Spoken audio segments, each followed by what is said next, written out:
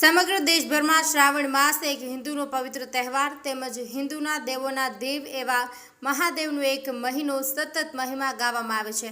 આ દિવસોમાં બનાસકાંઠા જિલ્લાના ડીસા તાલુકાના સુથિયા ગામના ઠાકુર પરિવારના 42 જેટલા લોકો દ્વારા દ્વારકા પગપાળા સંઘ લઈને ભગવાન શ્રી કૃષ્ણના દર્શન કરી ત્યાંથી ધેમા ધરણીધર ભગવાનના દર્શન કરી આજે 15 દિવસે પરત સુથિયા ગામે આવ્યા હતા।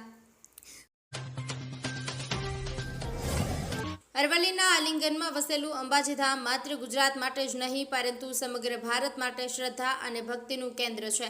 અહીં દર વર્ષે ભાદરવા સુદ પૂનમે યોજાતો મહામેળો આસ્થાનો અનોખો ઉત્સવ ગણાય છે।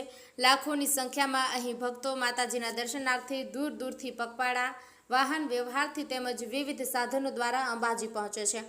શક્તિ ભક્તિ અને આસ્થાનું કેન્દ્ર એવા અંબાજી ખાતે દર વર્ષે જિલ્લા વહીવટીતંત્ર અને અંબાજી ટ્રસ્ટ દ્વારા મહામેળાનું સુચારું આયોજન કરાય છે।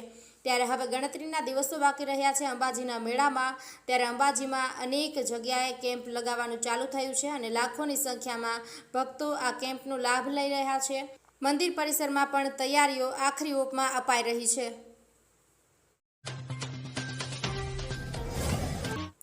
વાવ તાલુકાના છેવાડે આવેલા દૈયપ ગામના ખેડૂતોને સિંચાઈનું પાણી ન મળતા થરાદ નર્મદા વિભાગને લેખિત રજૂઆત કરી હતી। જે રજૂઆતમાં ખેડૂતોએ જણાવ્યું હતું કે ગામની સીમમાંથી પસાર થતી દૈયપ માઇનોર 2 અંડરગ્રાઉન્ડ કેનાલમાં પાણી છેવાડા સુધી પહોંચતું નથી। વારંવાર રજૂઆતો કરવા છતાં તેનો કોઈ નિવાડો આવતો નથી। જો આ બાબતે કોઈ પગલાં નહીં ભરવામાં આવે તો ઉગ્ર આંદોલન કરવાની ચીમકી ઉચ્ચારી હતી। જો કે આ મામલે નર્મદા વિભાગના જવાબદાર અધિકારી ચૌહાણે ખેડૂતોનું પાણી બાબતે ઘટતું કરવાની ખાતરી આપી હતી।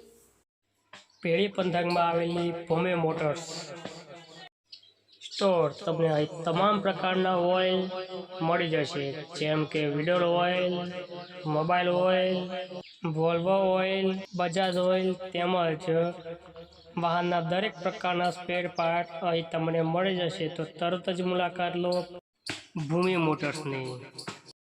એડ્રેસ સોયલા રોડ, પીડી તારક ઓનલાઈનની સામે ભૂમિ મોટર્સ।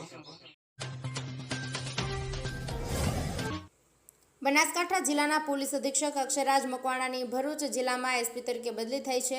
આજે પાલનપુર એસપી કચેરી ખાતે તેમને ભવ્ય વિદાય સમારંભ યોજવામાં આવ્યો હતો। વિદાય સમારંભમાં પોલીસ દળ અને સ્થાનિક લોકોએ તેમને કેસરી પાઘડી પહેરાવી સન્માન કર્યું હતું।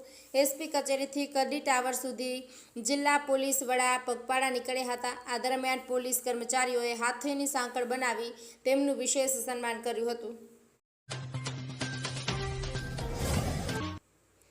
વિસનગર શહેરમાં ગુરુવારે રાત્રે એક લક્ઝરી બસ અકસ્માતનો ભોગ બની હતી।